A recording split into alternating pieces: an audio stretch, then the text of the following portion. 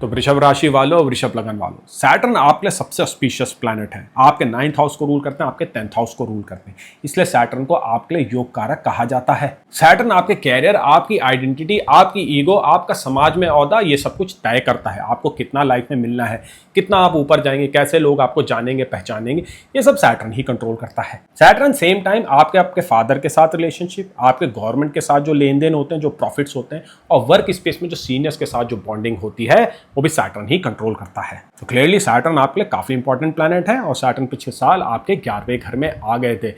11वां घर हॉरोस्कोप का सबसे जो बोलते हैं ना ग्रैंड हाउस होता है। ये वो हाउस होता है जहाँ पे आपकी बड़ी बड़ी इच्छाएं बसती हैं, जहाँ पे आपके बड़े बड़े ख्वाहिशें बसती हैं। और ये वो हाउस है जो आपको लार्ज गेन्स देता है, जो अमीरी वाला जो फैक्टर है। देखिए, इनकम के लिए हम सेकंड हाउस देखते हैं, वो आपकी ना मंथली इनकम और सेविंग को दिखाता है।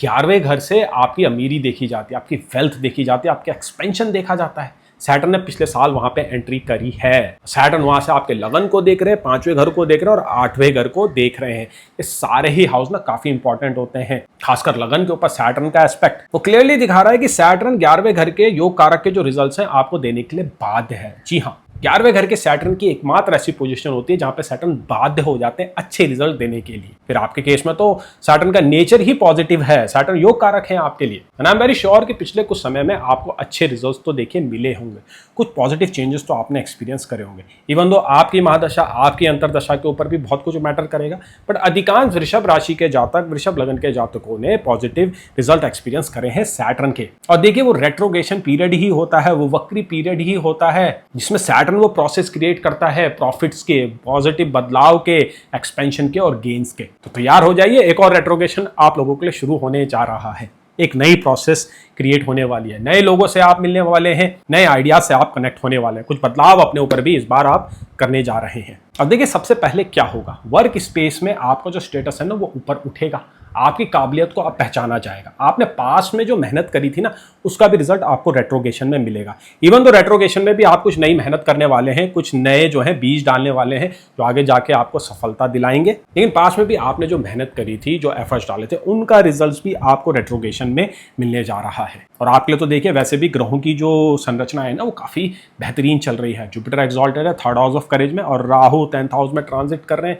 राहु बहुत ही अच्छे रिजल्ट देते हैं 10th हाउस के ऊपर। और सैटर्न के इस वक्री गोचर के दौरान कुछ और मूवमेंट्स भी होने जा रही है। खासकर राहु का जो ये नक्षत्र परिवर्तन है ना, जो 11 अगस्त को हो रहा है, ये जो सैटर्न के पॉजिटिव रिजल्ट है ना 11वें घर के, उनको और एम्पलीफाई करेगा, क्योंकि राहु जो है छाया ग्रह है और सैटर्न की ही राशि में गोचर कर रहे हैं। तो जो भी मूवमेंट सैटर्न की 11वें घर में होनी है, जो भी ऑस्पिशियस सैटर्न क्रिएट करने वाले हैं, उसको एम्पलीफाई करके राहु आपको डाइवर्ट करने वाले हैं, देने वाले हैं। अब सैटर्न क्या है ना, सैटर्न आपके ऊपर एक्सपोजर तो बढ़ाएगा, सेम टाइम आपकी भूख को भी बढ़ा देगा। आप पहले से बेहतरीन काम करने की सोचेंगे, अपनी स्किल्स को आप अपग्रेड करने के लिए काफी मेहनत करने वाले हैं। कोई कोर्स भी आप करते हुए दिखाई दे रहे हैं, क्योंकि सैटर्न का aspect 5th house of learning और एजुकेशन के ऊपर पड़ रहा है। कुछ बहुत ही अच्छी चीज लर्न करने के लिए आपका मन करेगा, नई बुक्स पढ़ने का आपका मन करेगा, डॉक्यूमेंट्रीज देखने का मन करेगा, अच्छे लोगों से बात करने का मन करेगा। सेम टाइम अपनी स्किल्स को अपग्रेड करने के लिए जो आपको कैरियर में बहुत अच्छा फायदा देंगी, उसके अराउंड आप बहुत अच्छा इन्वेस्टमेंट करने वाले हैं, एक बहुत अच्छा डिसीजन लेने वाले हैं। वो डिसीजन आप जितना जल्दी लेंगे उतना आपके लिए फायदेमंद होने जा रहा है। सैटर्न का रेट्रोगेशन 138 दिन का है,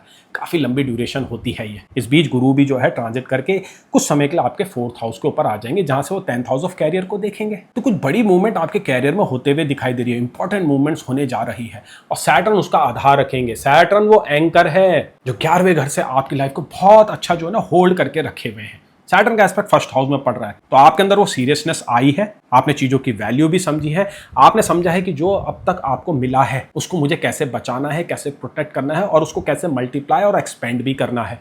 अब यही जो सोच है ना वो सैटर्न और जो है गहरी करने वाले हैं, क्योंकि 11वां घर ना फाइनेंसेस एक्सपेंशन का ही हाउस है। तो अब तक जो वेल्थ आपने कमाई है, जितना आपने जमा किया है, उसके अराउंड भी बहुत अच्छे आप डिसीजन लेंगे, बहुत अच्छी इन्वेस्टमेंट करने जा रहे हैं। शायद आपकी लाइफ का अब तक का सबसे इंपॉर्टेंट फैसला जो होगा ना, वो आप इसी रेट्रोगेशन के पीरियड में लेने वाले हैं। क्योंकि देखिए, सैटर्न मीन राशि में है, जो ज़ोडिएक स्कीम की लास्ट राशि होती है। इसके बाद नया साइकिल शुरू होता है, सैटर्न एरीज में आ जाते हैं, जहाँ पे वो डेबिलेटेड हो जाते हैं।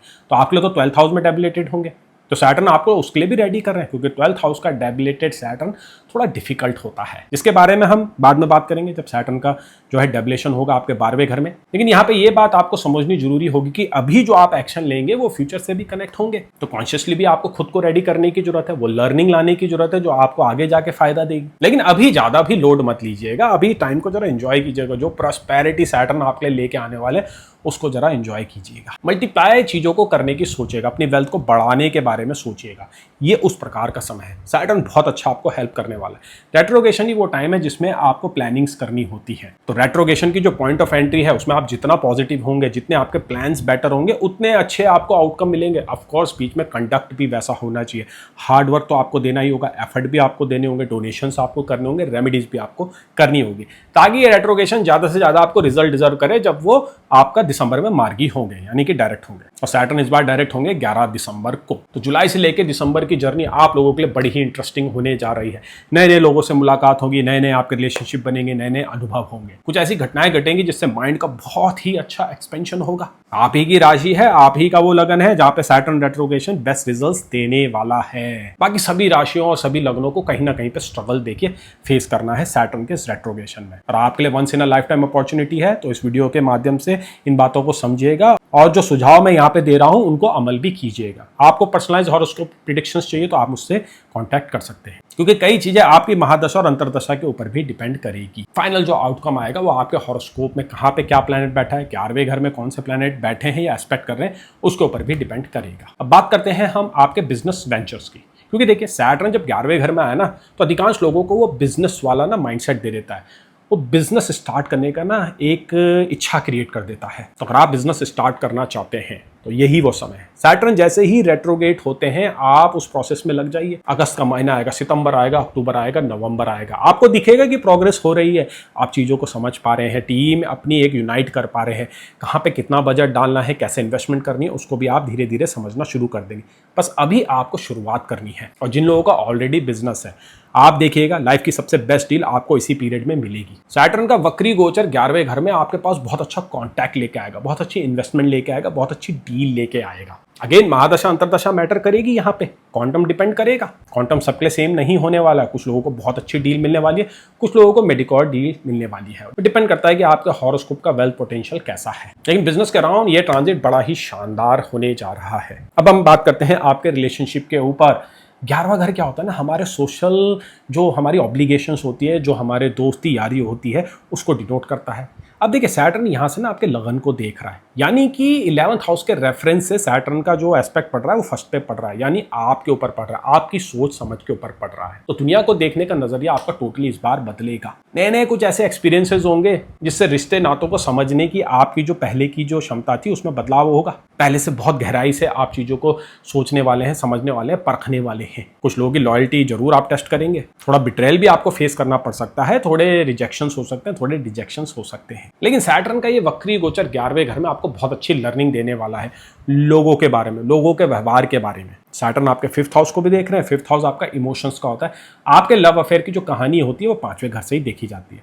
अब बहुत कुछ डिपेंड करेगा कि आपके 5th हाउस के ऊपर कौन प्लैनेट बैठा है, कितने बैठे हैं और क्या उसके ऊपर एस्पेक्ट पड़ रहा है। लेकिन याद रखिए आपकी लव लाइफ जिस भी स्टेज में चल रही है उसमें बहुत ही निर्णायक समय आप सैटर्न लाने वाले हैं। पार्टनर से अगर आपको कमिटमेंट नहीं मिल रहा था तो उसके अराउंड निर्णायक मोड आएगा। सैटर्न डिसाइड करने वाले हैं कि साथ में रहना है या फिर जुदा होना है। सैटर्न का जो कोर नेचर है आपके लिए काफी ऑस्पिशियस है, काफी पॉजिटिव है। सैटर्न की इंटेंट तो आपके लिए पॉजिटिव करने की ही होगी। खासकर as a 9th house ruler जब सैटर्न 11th से 5th हाउस पे एस्पेक्ट करेंगे तो बहुत ही बड़ा स्पिरिचुअल एंगल भी यहाँ पे आता है, क्योंकि दो ट्राइन हाउस 5th हाउस और 9th हाउस यहाँ पे कनेक्ट होने जा रहे हैं। और ज्योतिष में जब भी 5 और 9 का आपस में संबंध बनता है ये काफी इंपॉर्टेंट माना जाता है। बहुत अच्छी आपकी लर्निंग्स होती हैं लाइफ में, बहुत अच्छे इमोशनल जो है ना आपका इंटेलिजेंस डेवलप होता है। तो सैटर्न के वक्री होते ही ऐसी ही कुछ नई घटनाएं घटेंगी जो आपको और इमोशनली मैच्योर बनाएंगी, आपकी अंडरस्टैंडिंग, आपके डेप्थ, आपके पैशन और आपकी लर्निंग को इंक्रीज करेगी। 5th हाउस आपकी एजुकेशन का भी होता है। तो जो स्टूडेंट्स हैं, जो पढ़ाई कर रहे हैं, जो एग्जाम्स की तैयारी कर रही हैं, जो हमारे नए नवेले खिलाड़ी हैं जो कैरियर की शुरुआत करना चाहते हैं, उनको इस पीरियड में गुड न्यूज मिलेगी। जी हाँ, सैटर्न 11वें घर में जब वक्री होते हैं तो नौकरी का संदेशा भी लेके आते हैं। एकदम से वैसा नहीं होता है, कुछ मेहनत आपको करनी होती है, बट रेट्रोगेशन का मिड पॉइंट जब आप क्रॉस कर लेते हैं या बिल्कुल रेट्रोगेशन के एंड में आ जाते हैं तो एक पॉजिटिव न्यूज़ आपके पास आती है। तो ऐसी कुछ संभावनाएं लग रही है कि पहला नौकरी का ऑफर आपके पास आ सकता है। कैरियर की शुरुआत करने के लिए बहुत ही अच्छा समय है। सैटर्न आपको बहुत अच्छा सपोर्ट करने जा रहे हैं। एग्जाम्स क्लियर करने के अराउंड बहुत ही अच्छा समय है। सैटर्न का एस्पेक्ट 5th हाउस में बहुत ही हेल्पफुल है इस मामले में। अब्रॉड में अगर आप एजुकेशन करना चाहते हैं तो उसमें भी सैटर्न आपको काफ़ी हेल्प देंगे। एजुकेशन में आपकी परफॉर्मेंस पहले से बेटर हो जाएगी। जो कमियां अभी आप महसूस कर रहे हैं सैटर्न के रेट्रोगेशन में आप उनको आइडेंटिफाई कर पाएंगे और उसके ऊपर वर्क कर पाएंगे, उनको इंप्रूव भी कर पाएंगे। तो काफ़ी पॉजिटिव लग रही हैं अब तक सैटर्न की जो ये प्रिडिक्शंस है आप लोगों के लिए। अगेन रिपीट कर रहा हूँ, जनरल प्रिडिक्शंस है, बहुत कुछ डिपेंड करेगा आपके नेटल हॉरोस्कोप के ऊपर, आपके प्लेसमेंट्स के ऊपर। अब बात करते हैं आपके हेल्थ की, क्योंकि देखिए सैटर्न जब 11वें घर में आए ना तो लगन को देख रहे हैं। लगन आपकी हेल्थ में सबसे इंपॉर्टेंट हाउस होता है, आपकी बॉडी को वो दिखाता है, आप कितने लंबे चौड़े हैं सब लगन से ही जजमेंट की जाती है। सैटर्न जब लगन में एस्पेक्ट करते हैं ना तो आदमी को काफ़ी कॉन्शियस बना देते हैं। आदमी क्या खा रहा है क्या पी रहा है उसके ऊपर आपका काफ़ी ध्यान जाता है, गिल्ट बहुत ज़्यादा होने लग जाता है। ऐसा मैंने नोटिस किया है जब मैं अपने क्लाइंट से बात करता हूँ तो ये नोटिस किया है कि सैटर्न जब लगन पे देख रहा है या लगन के ऊपर बैठा हुआ है तो आदमी को ना गिल्ट्स काफ़ी ज़्यादा होते हैं। अब गिल्ट्स क्यों होते हैं? क्योंकि आदमी गलतियां कर रहा होता है। अब सैटर्न वक्री में क्या होता है? सैटर्न वक्री में कुछ पुरानी बातें सामने निकल के आती हैं।